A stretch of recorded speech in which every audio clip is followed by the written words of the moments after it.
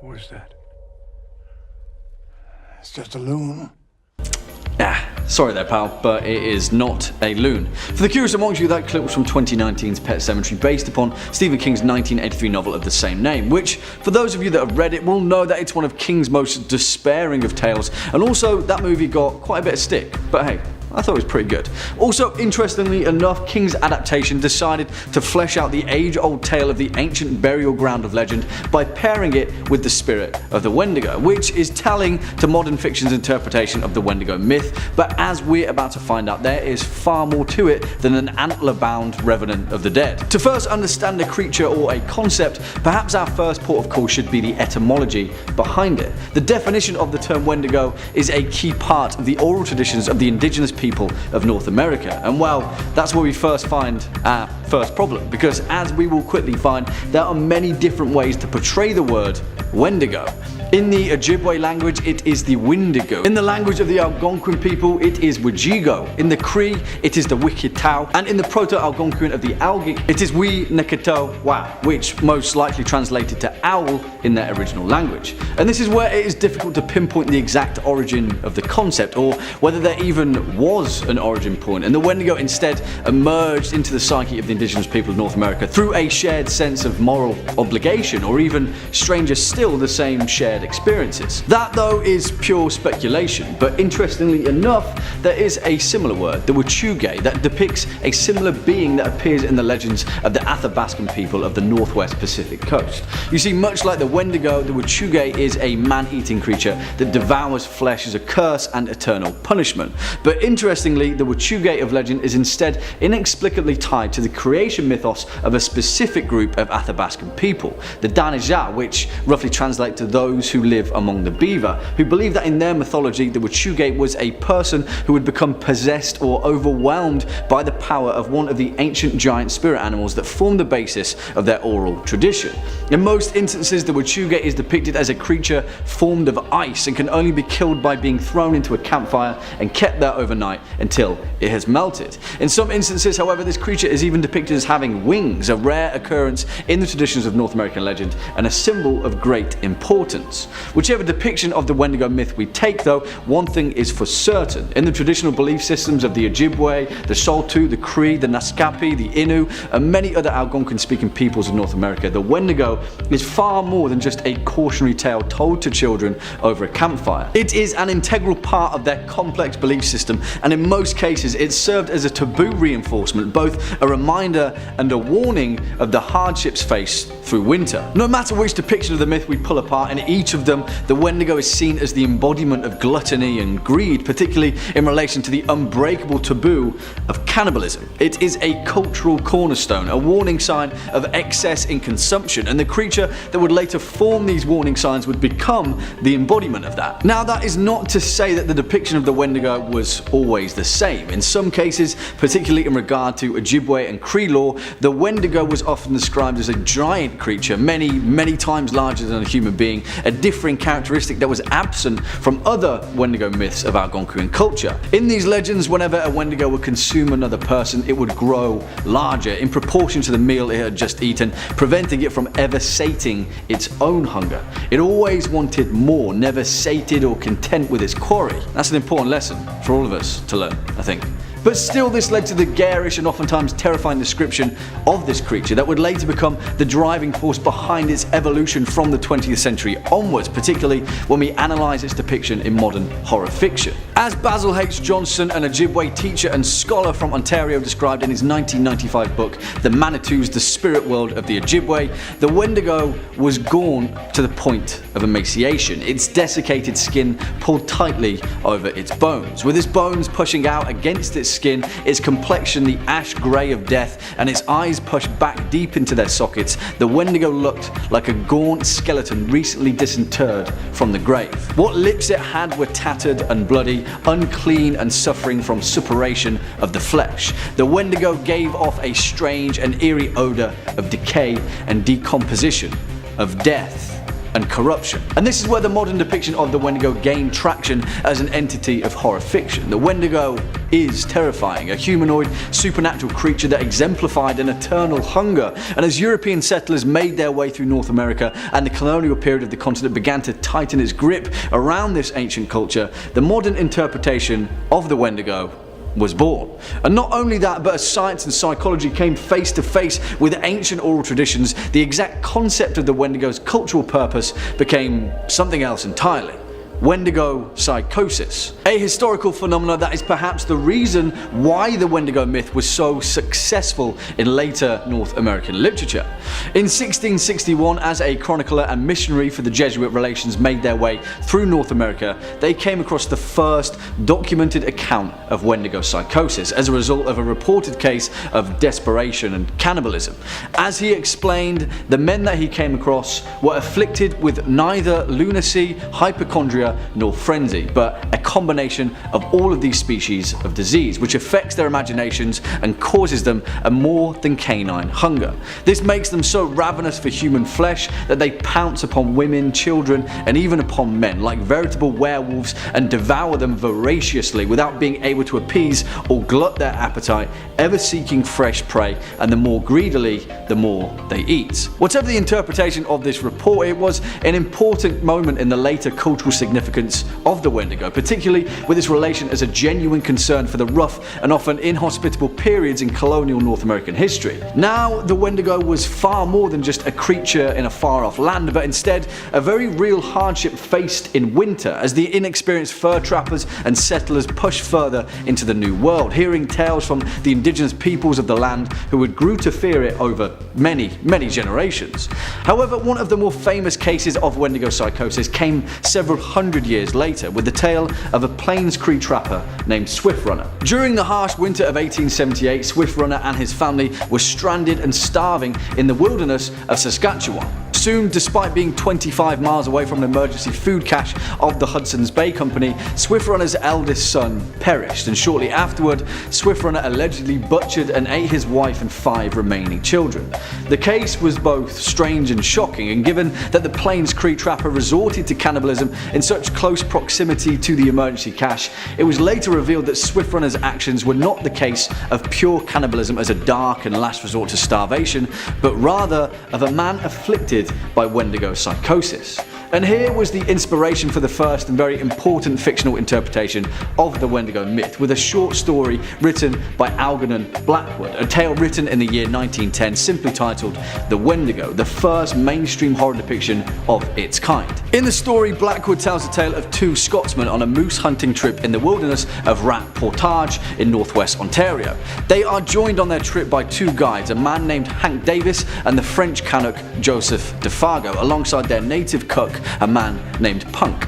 Although this tale is a very tame brush with the Wendigo myth of legend compared to most modern incarnations, it instead employed the first depiction of the Wendigo not just as a grotesque entity, but instead as a doppelganger which could take on the guise of a human being. Perhaps the most important convention of this story, though, is with the wisdom of the native character Punk, who recognizes all of the signs of the Wendigo and immediately gets the hell out of camp. Whatever its importance to the mainstream horror depiction of the Wendigo, Algernon Blackwood's story planted the seed of an idea in many other horror writers of the time. It would influence authors such as Howard Phillips Lovecraft and Grace Isabel Colburn, and most importantly, Auguste Derleth, who would use the concept of the Wendigo in his story The Thing That Walked on the Wind, and later with his Cthulhu mythos entity Ithaqua, which some of you may be familiar with. It's a giant Wendigo looking ice revenant that roams the Arctic wastes. Sound familiar? Yeah. It would also go on to inspire an early short story of Thomas Pynchon's titled Mortality and Mercy in Vienna, first published in 1959. Here it focused on a character developing Wendigo psychosis and his development then into a psychotic serial killer. That in itself would later inspire several movies such as 1999's Ravenous, as well as several TV series such as Charmed and more recently Hannibal. Perhaps the most iconic of the modern Wendigo, though, is with Stephen King's version of the entity. As we briefly explained in our opening clip, it would inspire a key character in King's 1983 novel Pet Sematary, where the personification of evil in an ancient burial ground of the Micmac people was an ugly, grinning creature with yellow-grey eyes, its ears replaced by ram's horns, and its tongue pointed, decaying, and yellowed. Although not as profound as it is now, at the time, King's interpretation of the Wendigo, which in turn was an interpretation of the 19th century colonial legends coming from North America, set the template for the Wendigo's later portrayal in popular horror culture, where for the most part it completely replaced the Native American lore that had long formed the importance of the Wendigo. In 2012 though, Chippewa author Louise Erdrich had a thing or two to say about that with a novel The Roundhouse, setting the precedent for the new reinterpretation of the Wendigo myth. And here is where our path splits, because the Wendigo in many ways explains the transformation of one land to the other. For thousands of years the Wendigo served as a cultural barometer for the Algonquian people, an ever-adapting tale that formed the importance of cooperation, of restraint, of sustainability, and the dangers that came with forsaking those virtues. It painted the monster that we all ran the risk of becoming if we indulged too much in the act of greed. You see, as colonial North America expanded into these ancient territories and these settlers shifted away from the many European folk tales that had formed the basis of their society, new ones were forged, fragments of a culture that had long existed before them as they clambered to produce some sort of an identity. Whilst this identity has been interpreted in many differing ways, perhaps in most cases to their detriment, the essence behind the myth of the Wendigo has always remained the same. Be it man or monster, we all choose which side we fall on. Well, there we have it, horror fans, our dive into the rich mythos of the Wendigo myth, and believe me, there is far more to this incredibly important cultural concept than just what I've attempted to explain here. So if it's piqued your interest in any way, make sure to enjoy the legend for yourself. And there we have it, our 4th episode of The Lore Explored. And you know what? I'm absolutely loving this series so far, but why don't you let us know what you're thinking down in the comment section below, and let us know if you have any suggestions for future videos. Please, I'd like to hear them. On that note, unfortunately that's all we've got time for in today's video. Cheers for sticking around all the way until the end. If you were a fan of this video, or just top 5 scary videos in general, then please be a dear and hit that thumbs up button, as well as that subscribe bell, and I'll be seeing you in the next one. As per usual, I've been your horror host Jack Finch. You'll be watching top 5 scary videos, and until next time, you take it easy.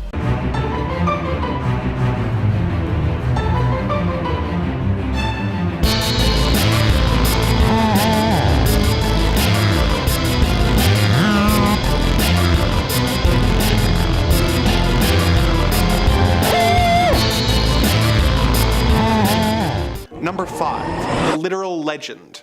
The Wendigo story has some variation between tribes, but most of the general details are the same.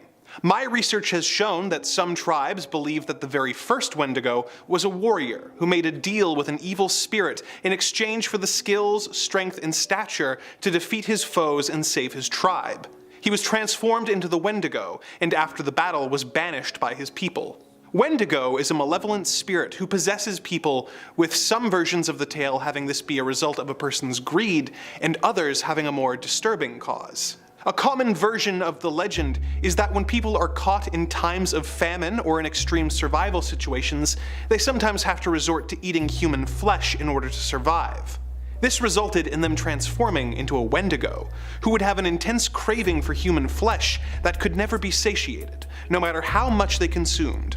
Some tribes describe the Wendigo as a creature who grows with every person they eat so that they can never be full, making them simultaneously starving and gluttonous. In his book The Manitus, The Spiritual World of the Ojibwe, First Nations teacher and scholar Basil H. Johnston gives the following physical description of the creature.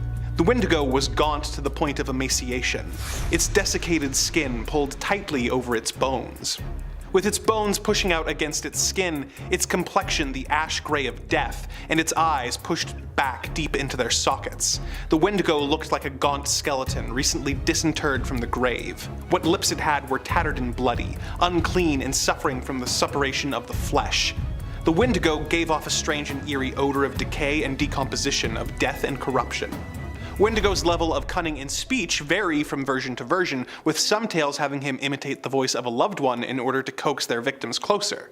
A particularly disturbing folk story that was part of a compilation of tales assembled by a scholar named Lottie Marsden in Ojibwe Myths and Tales Archaeological Report of the Canadian Institute goes as follows. One time long ago, a big Wendigo stole a boy. But the boy was too thin, so the Wendigo didn't eat him up right away.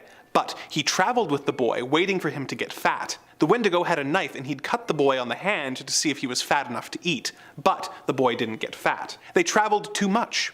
One day they came to a village and the Wendigo sent the boy to the village to get some things for him to eat. He just gave the boy so much time to go there and back. The boy told the tribe that the Wendigo was near them and showed them his hand where the Wendigo cut him to see if he was fat enough to eat. They heard the Wendigo calling the boy. He said to the boy, "Hurry up, don't tell lies to those people." The tribe went to where the Wendigo was and cut off his legs. They went back again to see if he was dead. He wasn't. He was eating the marrow from inside of the bones of his legs that were cut off. The tribe asked the Wendigo if there was any fat on them. He said, "You bet there is. I've eaten lots of you. No wonder they are so fat." Then they killed him and cut him to pieces. This was the end of this giant Wendigo. At number 4, we have the Wendigo from the video game Outriders. This is a third-person video game released earlier this year on most platforms. The premise of this game is that climate change has gotten to a place of no return, and the people of Earth have decided that they need to find another planet or they're going to die. Wow, that just got real very quickly. The player in this game takes on the role of an Outrider, who is an elite soldier tasked with being sent to this new planet that the human race wants to settle on. When they're there, they find a plethora of enemies, and sure enough, one of them is a Wendigo. This game doesn't have multiple Wendigos, it only has one, and let me tell you, it looks messed the heck up. It's got like bone things jutting from its back in unnatural, unsettling directions, and it's this one disgusting slit on its face that is either its eye or its mouth. I'm not even sure, it could be both. For hands, well, it doesn't really have hands actually. Instead of those, it has one massive sword-like weapon thing jutting from its right side, and then 3 more tiny claws coming out of its left side. Basically, this adaptation of a Wendigo is a freaking nightmare, and it has evolved to an advanced killing predator machine. In the game, this thing is also a boss, and super hard for the player to kill. For starters, I obviously don't want to get eaten, but if I'm gonna get eaten, can we just make it from a normal mouth, please? Not some slit thing that might also double as an eyeball. It's gonna be a hard pass from this guy. Coming in at number 3 on this list is the Wendigos from Fallout 76. Fallout 76 is another installment in the Fallout series, which for the most part has gotten excellent reviews. Although many thought that this video game as a whole did not meet the standards of the previous Fallout games, they definitely nailed it with their adaptation of the Wendigo. The Wendigo in Fallout 76 is a very fast and strong enemy that can be found in various locations around the map. Unlike the previous 2 video games mentioned, there are multiple Wendigos that the player has to deal with. Sticking to the folklore, the purpose of this enemy is to eat the player, and if you aren't careful or properly armed, they will succeed. What is different about Fallout 76 is that these creatures have different variations to them. The Ravenous Wendigo, the Glowing Wendigo, and the Scorched Wendigo can all be found throughout this game. The designation of what type of Wendigo they are is determined by environment or where the player is in the game. The image of the Wendigo changes slightly depending on what type of subspecies it falls under. However, they all have some general characteristics. They kind of look like a bigger and stronger Gollum from Lord of the Rings. The difference here is that rather than want to have the one ring of power, they just want to kill you and eat your flesh. Especially the ravenous ones. I mean, it's literally in their name. They are ravenous, so I can only assume that these Wendigos are pretty hungry. Coming in at number 2 is Seeking Evil the Wendigo. Seeking Evil the Wendigo is a PC game that came out in 2017 that is very similar to the likes of Slenderman. Deep in the dark forests of North America, your character wakes up in the night left stranded for dead. As if waking up disoriented in the woods wasn't enough, well, these aren't ordinary North American forests. This is the hunting ground of the Wendigo. The main mission in this game is to survive the likes of this demonic super predator. Problem is, this thing is quick.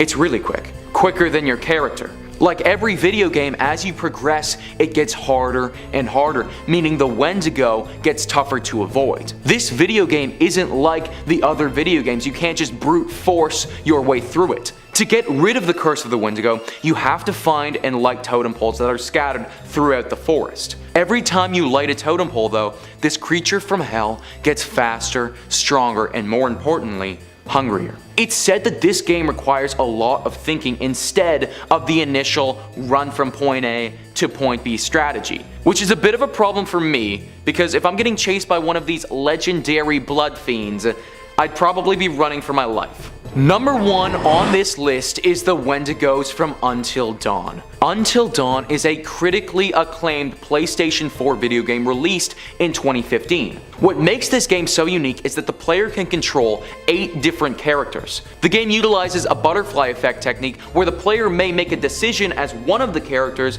that can then affect all of the other characters and alter the entire story. This video game often appears on other lists of the scariest video games of all time, and for good reason. The 8 players are trapped on Blackwood Mountain and they have to survive an onslaught of Wendigos. Rather than have one demonic Wendigo, this video game goes in the direction of having multiple enemies. These Wendigos also stray from the classic image of a moose humanoid-esque creature and are humans that have just mutated into cannibalistic demons due to being possessed by the Wendigo spirit. I'm not gonna lie, the graphics of these Wendigos are very unsettling. They took what Fallout 76 did and they just went way scarier with it. The Wendigos appear as these white skinny mutated beings with extremely sharp teeth and a deep desire to eat you. What brings this video game to another level to me is just how real the story gets. Without giving too much away, one of the main Wendigos was just another character that the player gets to know and that went missing a year earlier. The image of having a family member or a friend disappear and then show up a year later looking like one of those things and trying to eat me is not a happy thought. The backstory of how the Wendigos got to this mountain is also extremely creepy. It's said that in a nearby mine, the miners got trapped and had to resort to eating one another to survive. The first of these Wendigos would have been these trapped miners from years prior who ate their friends to survive. Yeah.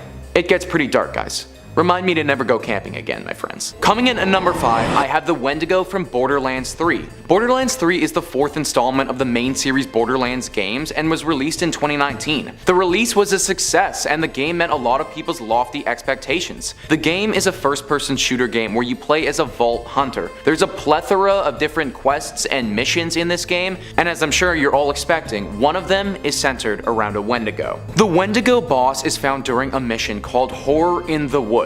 Yeah, Horror in the Woods, guys. It's safe to say the makers of this game know that this creature is freaking scary. You find this Wendigo in a deep, creepy looking cave. The Wendigo in this game is fast and extremely talented at climbing because oftentimes it will scale the walls of the cave on all fours. It has classic antlers jutting from its head and will often charge at the player. What's different than other adaptations of the Wendigo though, is that this thing can literally spit fire. As if scaling walls and being super fast and strong wasn't enough, the game makers decided to give this Wendigo the ability to breathe fire at you. That, on top of the fact that it's extremely hard to kill, has a skull for a face, and what looks to be muscle tendons for its body is what puts it on this list. I have it down here at number 5 though, because the graphics of Borderlands 3 aren't particularly scary, but it definitely deserves a nod. Coming in at number 4, we've got the Nebraskan Wendigo. If you weren't already wary of traveling alone in Nebraska, now you've got a whole new reason.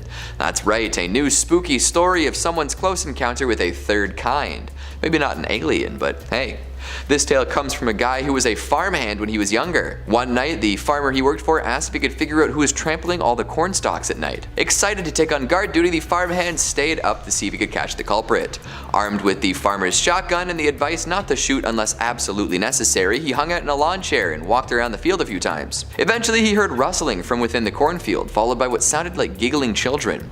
This, of course, was the most unsettling moment of the farmhand's entire life. Not wanting to hurt kids, but also not wanting to get children of the corned, he brandished his gun and told them to leave unless they were looking for trouble. The giggling stopped and the rest of the night went smoothly. However, the next morning the farmer discovered something a little more disturbing than trampled corn. His cow, which had been left in the barn, was totally exsanguinated. All the blood in this animal was removed somehow and didn't leave any on the floors. The farmer called the cops and somehow managed to land on the explanation that it was some idiot kids, but the farmhand didn't quite buy that. However, the following night both the farmer and the farmhand stayed up to see if they could find anyone. The farmhand, sitting in his chair again, heard the giggling once more. This time he asked whoever it was to reveal himself, prompting a gigantic humanoid creature with antlers to shuffle out of the field. Bad call, to be honest. The farmhand shot at the beast and began to run away. During his flight, he was tripped by a gopher hole and fell to the ground hard.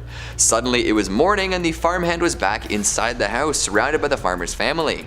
The farmer had told the cops that he was attacked by some random guy, but he chased him off. However, afterwards, the farmer took the farmhand aside and told him that he saw the beast too. It was on all fours after the boy tripped, and it took 6 shots from his rifle to scare it off. From then on, they didn't go out after dusk, and they kept guns on them at all times around the farm. Coming in at number 3, we've got a Nevadan Wendigo. Not Nebraska, Nevada. This is a different tale, although curiously enough, the protagonist of this story is the same age as the protagonist of our farmhand extravaganza.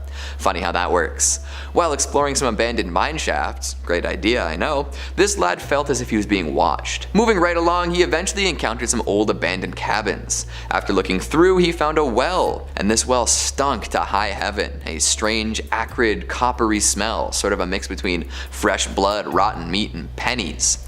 Not wanting to be around it anymore, he decided to head back towards the mine shafts. However, when he did, he saw something crouching inside of one. At first, he thought it was a mountain lion, as he'd seen them around these parts before, but then he realized how big the thing crouching in the shaft was. The openings were usually 8 to 10 feet tall, and this thing couldn't stand up straight inside of it. It moved towards the opening, revealing a bunch of matted brownish fur, and then it screamed. The kind of scream that haunts your dreams until the end of your life. Our explorer pal felt his blood go cold and immediately shot at this creature with his rifle. A few rounds to the torso did nothing to stop it, however, and it continued to scream. Time to run. He scrambled away, jumping over fallen trees and occasionally turning back to fire quick pot shots and check if it was close. Eventually he made it back to his truck and hightailed it out of there, averaging 60 miles per hour. He drove without stopping until he got home where his dad was waiting. His dad asked him how the trip went and where he ended up, noticing that his son was quite shaken. When our mineshaft exploring storyteller explained to his dad where he'd been, his dad appeared concerned and told him to never go back to that location. They didn't talk about it again. Coming in at number 2, we've got the Allegheny Forest Encounter. As I find more and more of these stories, I realize how absolutely terrifying the forest can be. Did I realize this as a kid when I went camping, or when I decided to go way off track while visiting remote cottages? Probably not, but I'm still here, right? This story comes from a hunter and his seasoned outdoorsman buddy. They'd gone fishing in the woods and made sure to prepare adequately. Black bears around that area, so they had their guns with them. After encountering a mangled deer corpse, they were a little unsettled. However, they chalked it up to a bear or maybe some coyotes and kept moving. A little while later, something set off the buddy's spidey senses and he asked for his gun. Moving to the middle of the creek, they saw a bear running through the woods full tilt. It was followed pretty closely by a deer headed in the same direction. But why would a deer be chasing a bear? Well, it wouldn't. Something was chasing both of these creatures, something huge. From afar it looked like a massive deer with superimposing antlers, but as it ran, it noticed the two hunters and moved towards them. When it got up close, they realized that it had a huge maw full of teeth that could only be described as belonging to a carnivore. That was all the warning they needed. Shooting at the beast while running away, they made sure to put as much distance between them and it as possible. Eventually they made it to a plateau where nothing seemed to be wrong. Reloading their weapons and looking around for any sign of trouble, they realized they were in the clear. Miles from their base camp, they hiked all the way back on high alert but never encountered the creature again. Even now, they have no idea what the hell they ran into. And at number 1, we've got another farm experience. This one doesn't stem from working on a farm though, it stems from living on one. When the writer was about 13, he and some friends lived in a rural area and would often get together to goof around in the woods. Meeting at one friend's farm, they chased each other around with sticks for a little while. However, our narrator ran off and stumbled upon a dead deer with some limbs missing. This led to the discovery of a bunch of dismembered animal parts strewn about the entrance to the woods. At that point, most of the friends went back to the farmhouse, while our fearless storyteller and a couple more pals went to investigate. This expedition resulted in the discovery of a dead cow with missing ribs, broken legs, and a head picked clean of soft tissue. Yuck. That was it for the night, and everyone got home safe. About a week later though, while hanging out near his house, the storyteller heard what he thought was his dog. Thinking it would rush out of the bush and beg for a treat, he wandered in the direction the noise was coming from, but what came out of the bush was not his dog. It was a shambling abomination, walking around like a newborn doe, covered in viscera with teeth as sharp as knives. Needless to say, he ran right inside. That night, while gripping a baseball bat in bed, he heard an awful scratching upon the wall outside his room. As this happened, his dog started freaking out, barking at the back door. Our storyteller rushed downstairs and grabbed the dog, double checking that his door was locked, and he stayed up all night listening for more. The noises eventually subsided and dawn broke. In the morning light, he peeked outside the door and saw an assortment of pig's feet strewn about the porch. Yikes. Number 5. Some strange noises. One of the creature's signature calling cards is said to be its horrific wails. Its pained shrieks that don't sound like any animal you'd recognize. It's also said that it's been able to imitate human voices to better lure out its prey. And perhaps those disconcerting sounds were caught on tape as recently as 2019, when a series of howls and shrieks left a hunter and a government biologist searching for answers as to what was going on in those woods. Gino Mikas was hunting with his wife and grandson in northwest Ontario in a fairly remote rural area, about 50 kilometers away from the nearest sign of civilization, most likely an en route. Sorry, rest of the world, that joke is just for Ontario. It's a Canadian cryptid, what can I say? At first, I thought it was a moose, but my mind changed when it screamed again and again. Mikas is an avid hunter, a resident of Sioux Lookout, and knows his way around the woods and what creatures should be living in it. He added on saying, "I've heard many different animals in the wild, but nothing like this. I grew up hunting with my grandfather for the first 12 years of my life. The howls initially came from the distance but soon appeared closer." We've got the clip, so why don't you take a listen for yourself and see what you think.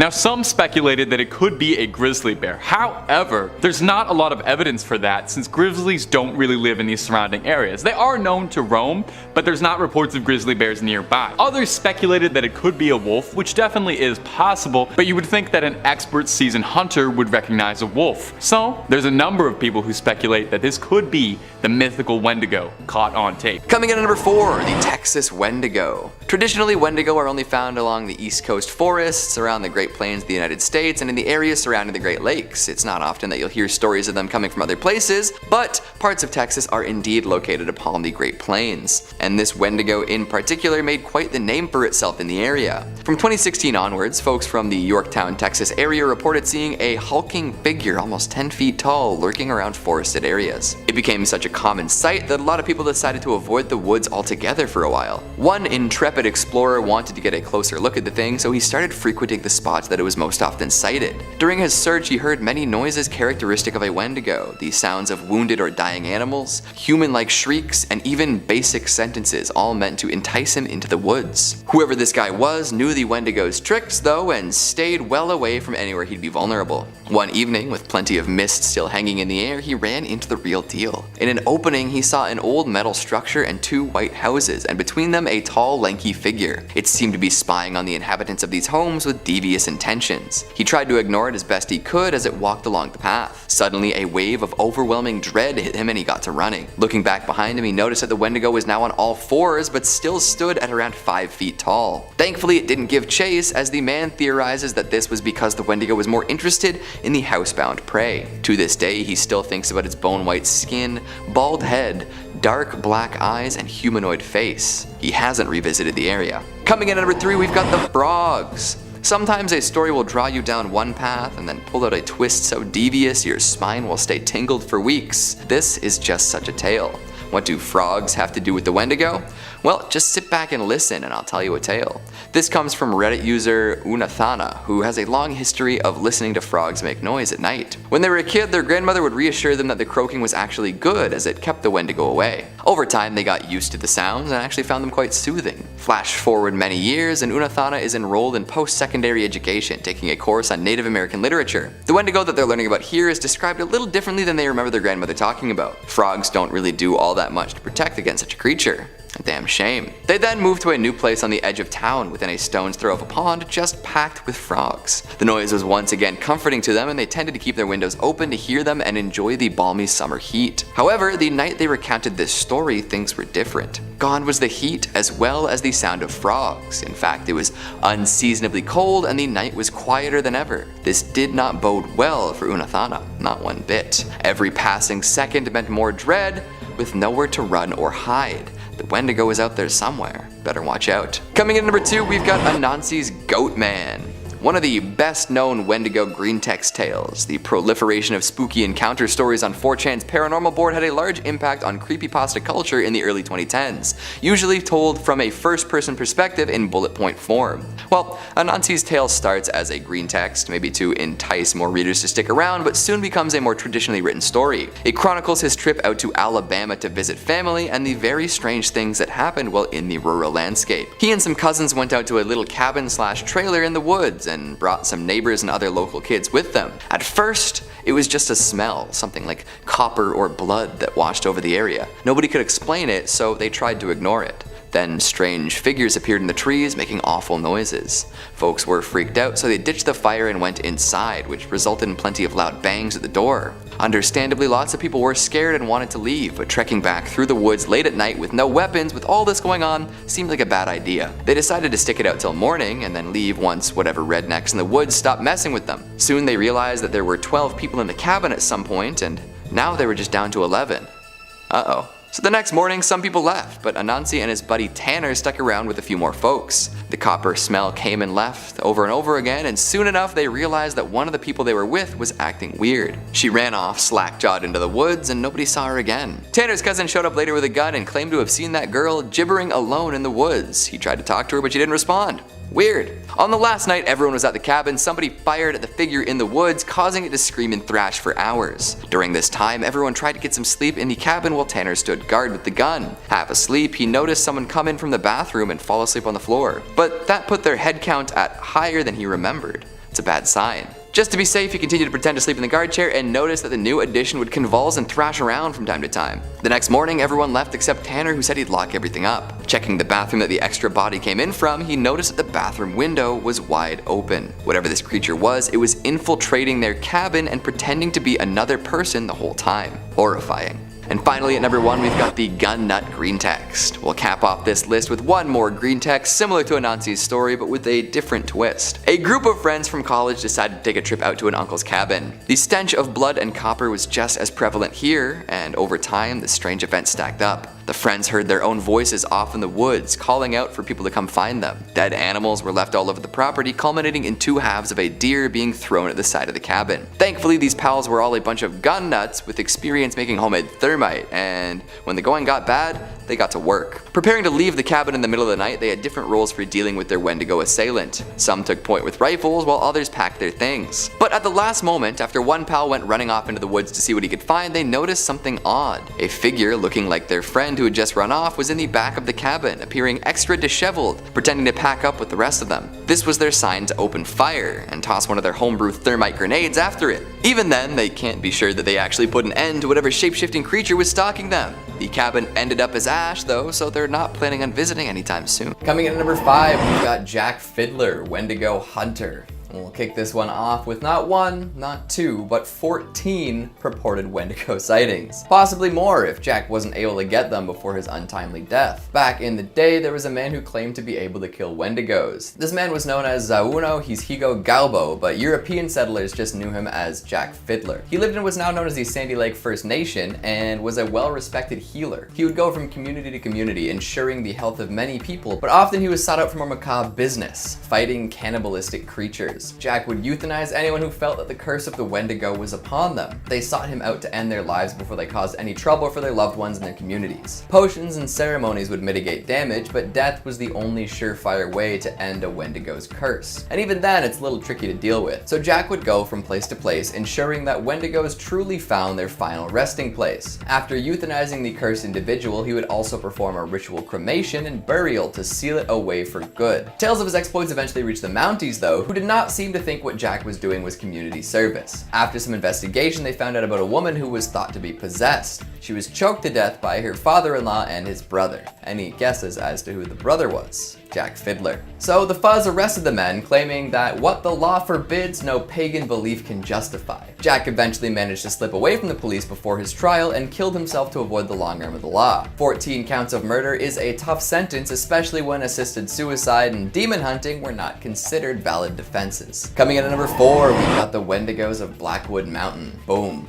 butterfly effect. This pod of people eaters comes from the choose your own horrific adventure game Until Dawn, featuring a pre-Bohemian Rhapsody Rami Malek. In this game, you make decisions that will end up sealing the fate of 8 unlucky vacationers. See, this group of pals decided to return to Blackwood Mountain a year after a tragic disappearance. They brought some friends up and pulled a nasty prank, resulting in one running off into the night. What the friends might not have known is that the area had been frequented by Wendigos for centuries. European miners came to the area back in the 1800s and were warned off by natives who claimed the mountain was sacred. As settlers tend to do, they ignored this advice and started excavating anyways. In doing so, they released the Wendigo spirits. Later on, in the mid-1900s, a group of miners came back for some of those sweet, sweet minerals. They fell victim to some unfortunate accidents though and found themselves trapped in the mine shafts. Forced to cannibalize to survive, the remaining miners became Wendigos. After a powerful Wendigo was killed, its spirit was transferred to the unfortunate friend who ran off into the night. And you guessed it, this unfortunate individual came back with a vengeance. One by one, depending on how you play it, people fall victim to the Wendigo of Blackwood Mountain, sometimes becoming terrible creatures themselves. So next time you're in a survival situation, ask yourself if it's worth eating people and becoming a depraved monster in order to live. I'd take the long nap, to be honest. Coming in at number 3, we've got Pet Sematary. If you've only seen the movies based on this Stephen King tale, you might be a little confused. The feature films tend to skim over the folklore at the core of this resurrectory story. Sure, the ground is soured and stuff comes back to life, but why? Well, if you crack open a spicy little paperback, you'll find out exactly what happens. The spirit of a Wendigo plays a big part. The Creeds move into a lovely home near Ludlow and immediately run into trouble. The kids are getting hurt and the cat is killed by a passing vehicle. And soon enough, they learn about the Micmac burial ground near their residence. Apparently, it was abandoned because the ground was sour. Soon they learn some tales detailing the Wendigo that lived around there. It would walk through villages late at night, and anyone touched by it would develop a taste for human flesh. Eventually, it touched the burial ground itself, souring it and causing anything buried there to be possessed by it. This Wendigo spirit seems to orchestrate all sorts of terrible events in the story, playing with the emotions of the people around the Creed house. Some say that the Wendigo even manipulates the grief of everyone in the tale, causing them to act against their better judgment. Through this, it can possess more people and cause more terror. The horror of the Wendigo runs deeper than just the hunger for flesh and physical strength. Coming in at number 2, we've got Wendigo psychosis. There is some debate as to whether this disorder is real or not. If you look to the origins of the Wendigo legend, you can find plenty of association with the depths of winter. Without readily available food, often First Nations people would be subjected to famine. One who would indulge in the taboo of human flesh was considered to be possessed by an evil spirit, one that would never be satisfied. It makes sense, right? The idea of a cautionary tale involving a slippery slope existing everywhere. One slip up and you can descend into the depths of depravity. This seemed to be where the Wendigo legend originates, and since then the Wendigo name has been used to denote a mental illness. Wendigo psychosis is said to be the uncontrollable craving for human flesh, even if other options are available. Often reported in the northeastern American tribes, it started to die out once folks began to study and write about it. This caused a lot of folks to become skeptical, but the idea lived on. Plenty of tales concerning this sudden cannibalism have turned up over the years, and whether an actual Wendigo spirit has possessed these individuals or if they're just experiencing a psychotic break is hard to say. There's an account from some Jesuit missionaries traveling through New France back in the 19th century where they came across some men with the mysterious psychosis. Keep in mind, these missionaries were likely deliberately painting any First Nations peoples as savages in need of religion, so maybe take this with a grain of salt. They claimed in their report that they met men so ravenous for human flesh that they pounce upon women, children, and even upon men like veritable werewolves, and devour them voraciously without being able to appease or glut their appetite, ever seeking fresh prey, and the more greedily the more they eat. I mean, that does sound like a Wendigo, doesn't it? And coming in at number 1, we've got Swift Runner. This is a man who claimed to have been possessed by a Wendigo. It seems that he was generally well liked in his community. A Cree man, he was a tour guide that assisted visitors. In the late 1870s, he and his family moved into the woods. Unseen from the winter of 1878 until the spring of 79, the man came back and claimed that his family succumbed to starvation during the harsh winter. He did not look worse for wear though. Suspicious of the supposedly starving man, folks went to find his campsite, and when they got there, they were horrified to discover human bones, picked clean and hollowed out. There was even a skull with a shoe in it. After this, Swift Runner admitted to cannibalizing his family. Didn't appear to be totally necessary either. There were posts nearby that they could have used to get supplies, and the option to return to the community was still on the table. The answer to whether a Wendigo spirit had actually overtaken him died with him though, as he was hanged for his transgressions. Coming in number 5, need more children. If anyone ever says this phrase to you, feel free to run away at speeds previously unknown to man, or knock them out. You have my full support. However, if the individual in question ends up being a Wendigo, then you're probably not gonna have much luck with either of those tasks. They're just too strong and too spooky. And they get what they want most of the time, as evidenced by this story told by a now deleted Reddit user. I wonder how they're doing these days. I'll do my best to abridge this story for the sake of the length of today's video, so here we go. A man, his girlfriend, and their 3-year-old son all went out of town on a camping trip. At the behest of his superstitious partner, our storyteller packed the classic camping supplies, plus a shotgun, rifle, combat knife, and machete. When they reached their campsite, they noticed that the park rangers were kind of on edge and didn't seem to notice that they brought a whole pile of weapons. Odd. Onwards they trudged though and set up camp. That night they witnessed a horrible scene. It looked like someone had brutally killed a large animal, a buck perhaps, and dragged it away by the antlers. Not an easy task by any metric. Unnerved but resolute, they ate dinner and fed their son, then went to bed. In the middle of the night, a strange noise echoed throughout the woods, waking the man. He sat up and heard what sounded like muffled crying, prompting him to peek outside of the tent. What he saw he couldn't quite explain. It was like an enormous deer, slightly misshapen with enormous antlers and a strangely human presence about it. The man didn't need to see anything else. He pulled out his gun and shot it multiple times, causing it to bleed and shriek. It didn't die though, and before it disappeared into the night, it said the words, "Need more children." The man and his panicked wife then passed out. The panic didn't disappear the next morning either, as their son was not in the tent with them. They called the police, who arrived to investigate the blood left by the creature, and the man seemed to overhear them say something about it getting more bold. Unfortunately, their son was never found. Coming in at number 4, we've got the Forest Ranger. Being a forest ranger must be fascinating, right? Out in the wilderness all day, every day, minimal human contact, keeping an eye on the local flora and fauna, occasionally taking part in rescues, maybe helping a lost hiker find their way, wearing a cool hat.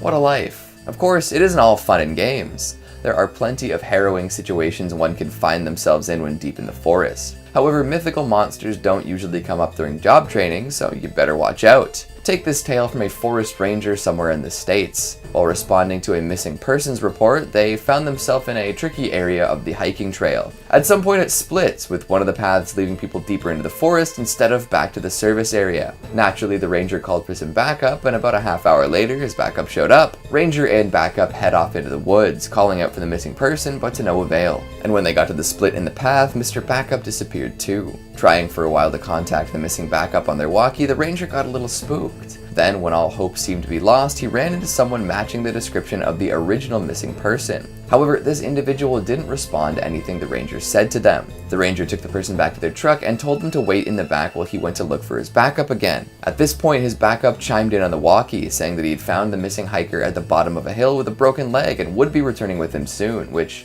didn't line up with what he had seen. The ranger went back to the truck and saw that it was empty, with the passenger door wide open and the cage inside bent out of shape. Apparently that kind of stuff had been happening for a while too. Folks hearing their neighbors calling out in the night when they knew their neighbors were on vacation, or perhaps hearing their dog barking outside when the dog was at the foot of their bed. Coming in at number 3, we've got a deep woods discovery. There's nothing quite like having your expectations subverted, yeah? I don't want to spoil too much of this story before I tell it, so here we go. I found this one in green text format, and it seems to be coming from a person living in a rural area. Every year, they find that hiking in the wooded area near their home is quite pleasant in the fall, so they head out to do just that. However, they seem to find some of the more overgrown areas unsettling. Makes sense, especially if you're far away from society at large. As they explore a little more, they notice something dive into the bushes, giving them a start. At that point, the hiker has had enough and decides to book it. There's something nearby though, and it seems to be following quite closely. Eventually, the hiker makes it to the end of the trail and realizes that they have to go back where they came from. After the experience they had, they're not looking forward to it. In the end, they do indeed buck up and head back to the top of the trail. When they get to the part where they saw something dive into the bushes, they realize that it wasn't a monster or anything sinister, but in fact a little girl. She calls out for help, but as the hiker gets closer, a strange feeling washes over him. It looks like the girl is hurt and can't walk on her own, but when the hiker gets close enough for the little girl to see him, she begins screaming bloody murder. Oh no. It's at this point that the hiker gives up all pretenses and eats the girl, taking her form.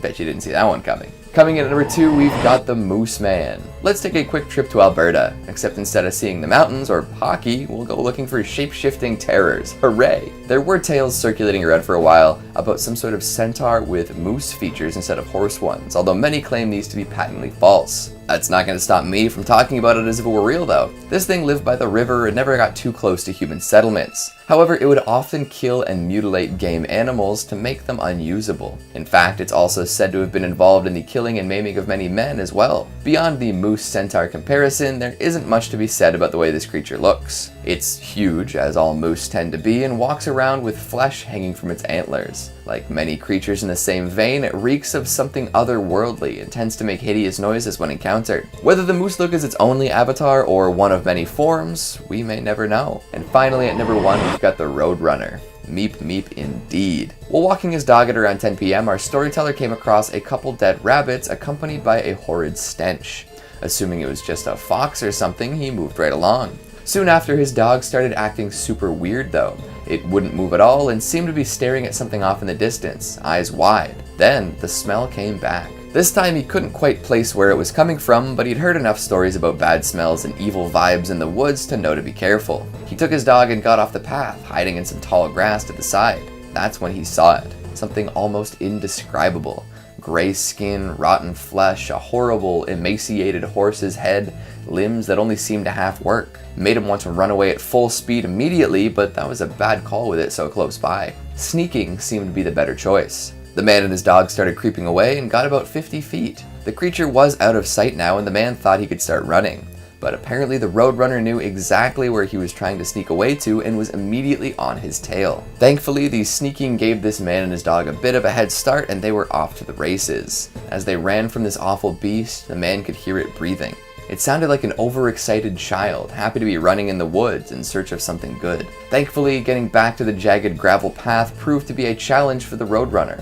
Whatever was wrong with its limbs made it difficult to traverse the rocky terrain, and eventually it gave up, screaming all the while. The man hasn't seen the creature again, but that's no guarantee that it's not around. Shapeshifting isn't uncommon with these kinds of things. Coming in at number 5, we've got the Stalker Challenge. Right on, you might hear that name and think it's one thing, but it's actually probably not the first conclusion your mind lands upon. The Stalker Challenge isn't about following someone around or testing a pal's skills at going unnoticed in the dark. It's actually a reference to a popular PC game called Stalker, where players explore an alternate reality Chernobyl exclusion zone. A lot of folks praise it for its lonesome and isolated atmosphere and the more realistic gunplay. Plenty of online military enthusiasts, survivalists, and Tarkovsky fans enjoy the game, so when we say that this Wendigo sighting was a result of the Stalker Challenge, we can probably assume the writer was a fan of Stalker and wanted to experience living life solo in the wastelands for a while. During this temporary hermitage, he worked his way into the middle of nowhere with nothing but some vodka, guns, and a harmonica.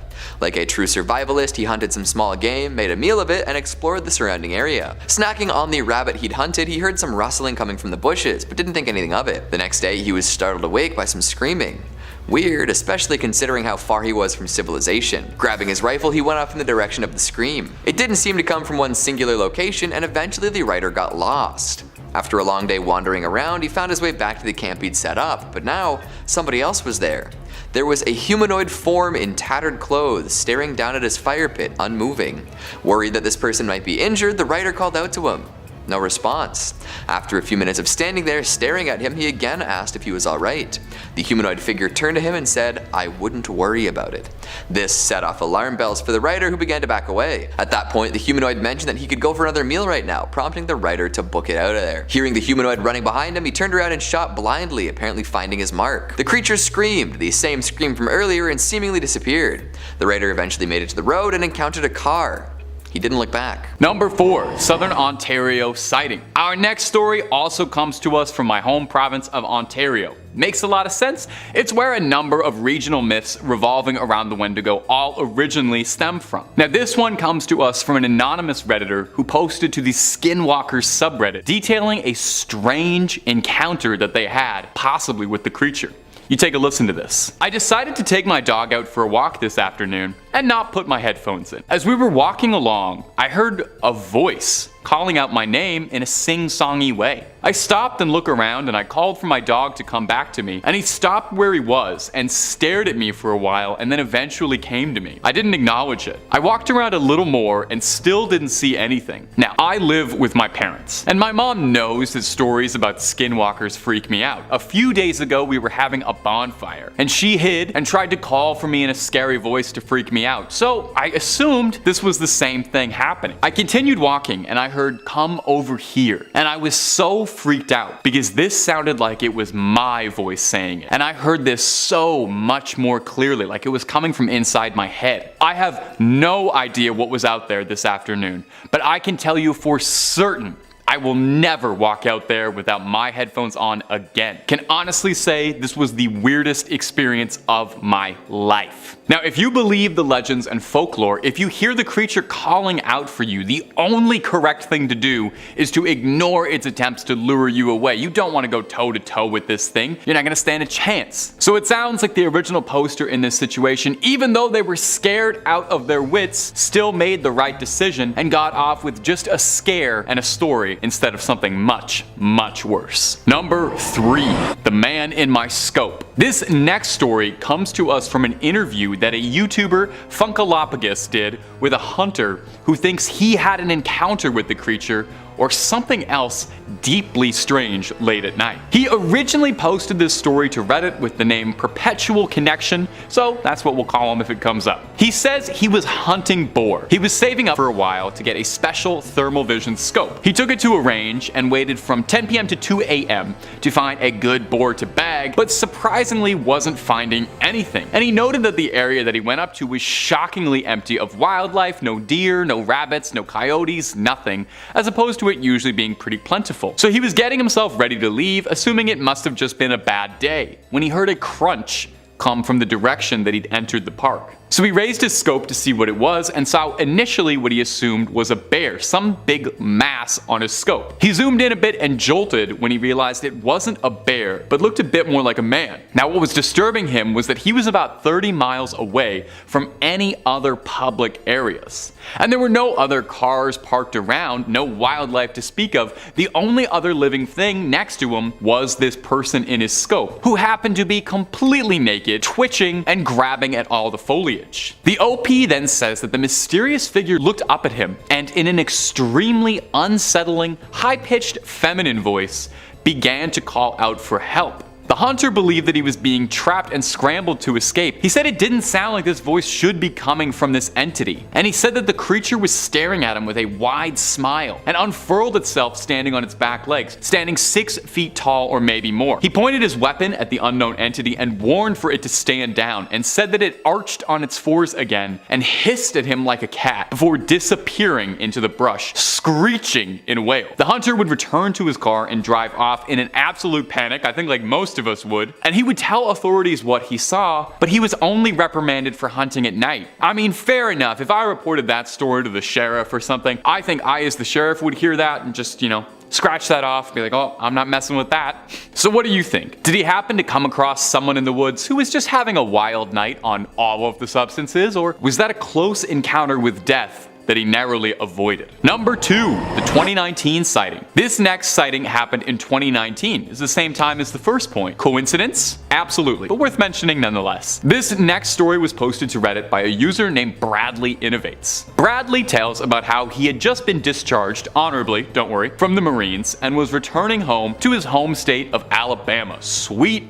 home Alabama and was catching up visiting on old friends. His best friend Jacob in particular, the two of them had been friends their whole life and usually got up to, boyhood stuff, hanging out in the woods, that kind of thing. The two of them traveled out to a secluded campsite that they'd enjoyed when they were younger, bringing a long arm with them for target practice. The two were chatting and eventually got onto stories of cryptids in the woods, namely, you guessed it, the Wendigo. His friend told him one could summon this creature by speaking its name 3 times into the woods like Bloody Mary. I've said its name like 9 times in this video. I'm speaking into a camera, so I hope that's okay. I hope I'm not cursing you out there. Might be best just to sage your house a little bit after watching this video. Anyway, Bradley played along and spoke his name out 3 times, only to discover nothing happened. Until he heard a snap in the woods, and his reflexes instinctively darted backwards. A few coyotes ran by, and his friend decided that it was enough scares for the woods and started to pack up when a tree began to fall forward towards them. Now, if that wasn't already unnerving, the Redditor said the next thing he heard was the voice of his friend's younger sister calling out to them both, except they didn't bring her along and she wasn't anywhere nearby, and that's when both of them knew they were in far deeper trouble than they thought. They claimed that they saw an emaciated, fleshy monster, deathly thin, with next to no meat on its bones, skin as pale as ash, and a vibrant blue eyes. That actually sounds pretty familiar, to be honest. The men fired at it and ran screaming from the woods towards their car. They escaped, horrified by what they saw, but luckily alive. If this story is true, then that has to be a real-life encounter with the creature. Number 1, Jack Fiddler. There truly aren't many sightings or stories of Wendigos, and indigenous people don't particularly like to share these stories out of their tribes. Despite the popularity on apps like TikTok, it's a pretty niche bit of folklore. Of course, it could also be because there are people out there maintaining the local population. Jack Fiddler, or Zanhano Gahengogawa, was an Ojibwe shaman living in Sandy Lake in the late 1800s, early 1900s. He was renowned among his people for being a hunter of the supernatural, defending his tribe from threats that no one else would be willing. There are many documented cases of indigenous people who, feeling themselves lose control to the appetite or the spirit within them, would request that someone close and trusted would be the one to finish them off. This could be a close friend of the family or a family member. It was an act of mutual trust. Zanhano Gahengogawa claims to have felt 14 Wendigos during his lifetime like this. Of course, not everyone would see it this way. By 1906, word would reach the Royal Canadian Mounted Police, the Mounties, that to them there was this is a quote, "a band of pagans in the habit of killing one another whenever one gets delirious through fever or other causes." By 1907, the mounted police had arrested Zanhano Gahengogawa and his brother Pescoquan for the death of Pescoquan's daughter-in-law. Locals in the tribe decried the decision, saying they didn't understand, and that the man they were accusing of being a killer was a quiet, dignified man who lived with a clear conscience. After 15 weeks of imprisonment, Zanhano Gahengogawa would escape from the police escort holding him. When they found him, he was lying on a rock with a sash tied and a knot around his neck. Coming in at number 5, we've got a Nevadan escapade. This story comes from a self-proclaimed survivalist living in Nevada. They open up the tale with a bit of a disclaimer, saying that they never really believed in the paranormal before this happened. In fact, prior to experiencing this, they would have assumed that anything strange going on would likely be the result of government experiments and the like. There was absolutely no way they expected an experience like the one I'm about to summarize. So the survivalist had a couple weeks of vacation saved up and didn't want to let it roll over to the next year. Taking that time off, he didn't really know what to do with himself. After a day of doing nothing, he decided to go camping on his own, as none of his friends were able to take any time off. Away he went, packing some basic supplies and grabbing coffee and donuts on the way out. After setting up camp in the middle of nowhere, the survivalist decided to have a little vodka and do some target shooting. Following an encounter with a jackrabbit, he came across a freshly killed coyote. Seeing as hunting coyotes is relatively common practice in Nevada, he didn't think much of it, but he still saw the way the body was left as strange. Weird smell too. That evening, while scanning through some capped channels on his ham radio, the survivalist came across something odd. Knowing that there was military presence in the area, he wasn't too surprised to hear the sounds of gunfire coming through the speaker. However, these wargame sounds were followed up by what he described as nails on a chalkboard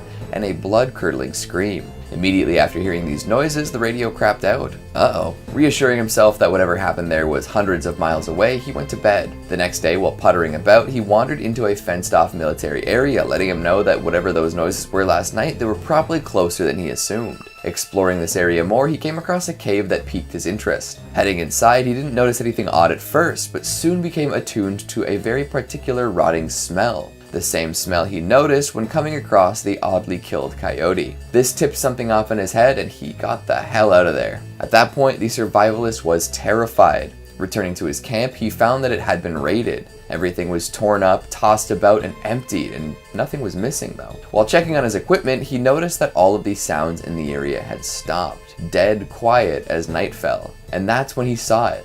A humanoid creature standing off to the side, looking straight at him with dark voids for eyes. Hell, it even looked like it cracked a little smile. The survivalist tried to shoot it, but his bullets didn't seem to do anything but piss it off, making it scream in an ungodly fashion. Seeing that his weapon wasn't doing much, he booked it out of there and found a crevice to hide out in until sunrise. And when the sun rose, he got the hell out of there, ASAP. Number 4. The purpose of the legend. Whether the native people believe in the Wendigo as a literal creature or merely as a legend depends entirely on the individual's beliefs and who you ask, and it's frankly really not for me to say. There are certainly a significant number of believers who report sightings, but for the purpose of this entry on the list, let's look at the Wendigo from the perspective that it's a folk legend that was created and passed down for a purpose beyond "look out, snow monster!" Many scholars believe that the Wendigo was created as a cautionary tale and a deterrent. As any Canadian will tell you, the winters here can be long and brutal. This would result in hunting parties being trapped in storms and there being extreme food shortages. In such extreme survival situations, it would not be uncommon for people in their desperation to consider eating members of their community in a last-ditch effort to survive. This was considered extremely taboo, obviously, and the prevailing idea was that in these situations it was the proper response to face famine with resignation and a readiness for death. This lends credence to the idea that the legend was created as a deterrent and a cautionary tale to prevent members of the tribe from eating each other during the long brutal winters, telling them that indulging in the consumption of human flesh would transform them into a hideous and ravenous monster who would be hungry forever.